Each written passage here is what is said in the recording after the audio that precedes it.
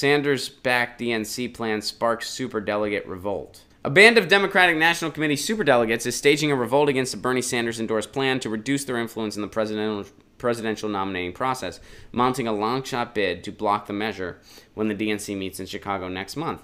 The proposal, a priority of Sanders supporters, and anybody who supports actual democracy, by the way. That should be in the article. The proposal, a priority of Sanders supporters and anybody that thinks democracy is a cool idea, since the Vermont senator's defeat in a bitterly contested 2016 primary, where he was blatantly cheated, would prohibit superdelegates from voting on the first presidential nominating ballot at a contested national convention. It should prohibit them from voting ever or ever existing. There is one appropriate number of superdelegates. It's the same as the appropriate number of ICE agents. 0. 0. That is the one and only appropriate number of ICE agents and superdelegates in this country. 0. I'll say it one more time. 0. If we don't have a vote, then what good are we? Said William Owen, a superdelegate. Guess what, William Owen? You do have a vote. You know how many votes you have? 1. You have 1 frickin' vote. The same amount of vote that I have. Frickin' 1. The same amount of vote that every other citizen in this country should have. Frickin' 1. And you know what their vote should count for, by the way, while we're on this topic? Fucking 1. That's what it should count for. 1. Meaning 1 person, 1 vote. Meaning the Electoral College goes bye-bye. What a condescending, disillusioned person this guy is. If we don't have a vote, then what good are we? You have 1 vote, William Owen. You're a citizen. You're a frickin' citizen. The superdelegates go bye-bye. You become citizen. Citizen gets vote. You want me to draw a diagram for you? No, you want to hold on to your power. That's what this is about. And if somehow the superdelegates in this reform don't get to go out and vote like everybody else, hey, guess what that means? That means that this quote-unquote compromise isn't good enough, and we need to just eliminate superdelegates altogether so that everybody gets to be a citizen and cast 1 vote, which is what a citizen has a right to. 1 vote.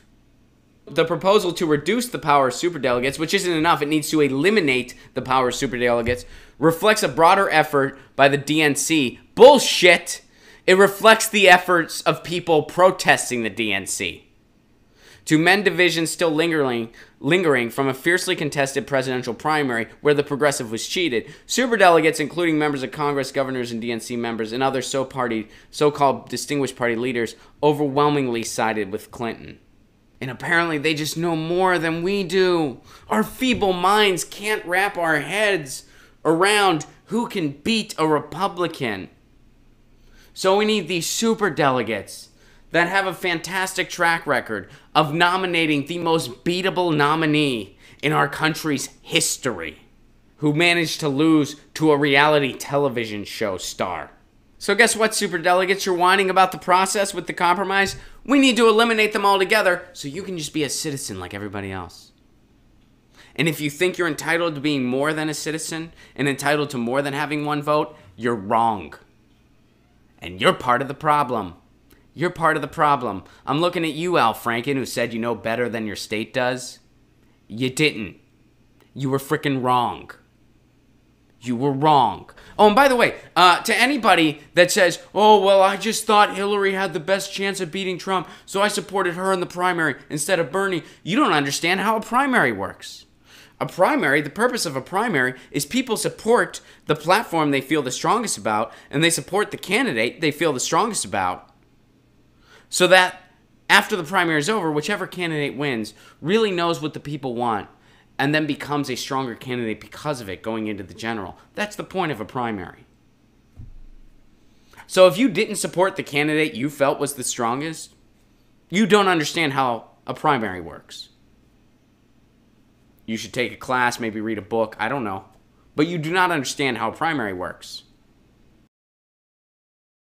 Hey guys, thanks for watching. That was a clip from Get Your News On with Ron, the world's first viewer-curated streaming news show.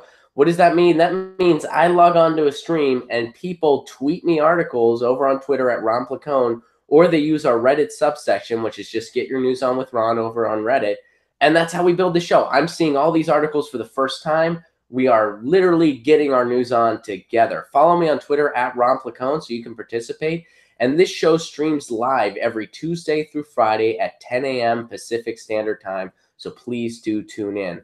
If you want to support this show, you can do so over on patreon.com/Ron Placone, where for as low as $1 a month, you get access to exclusive podcasts every week, exclusive videos, free tickets to shows when I'm performing in your town, and more for as low as $1 a month. Please do consider it.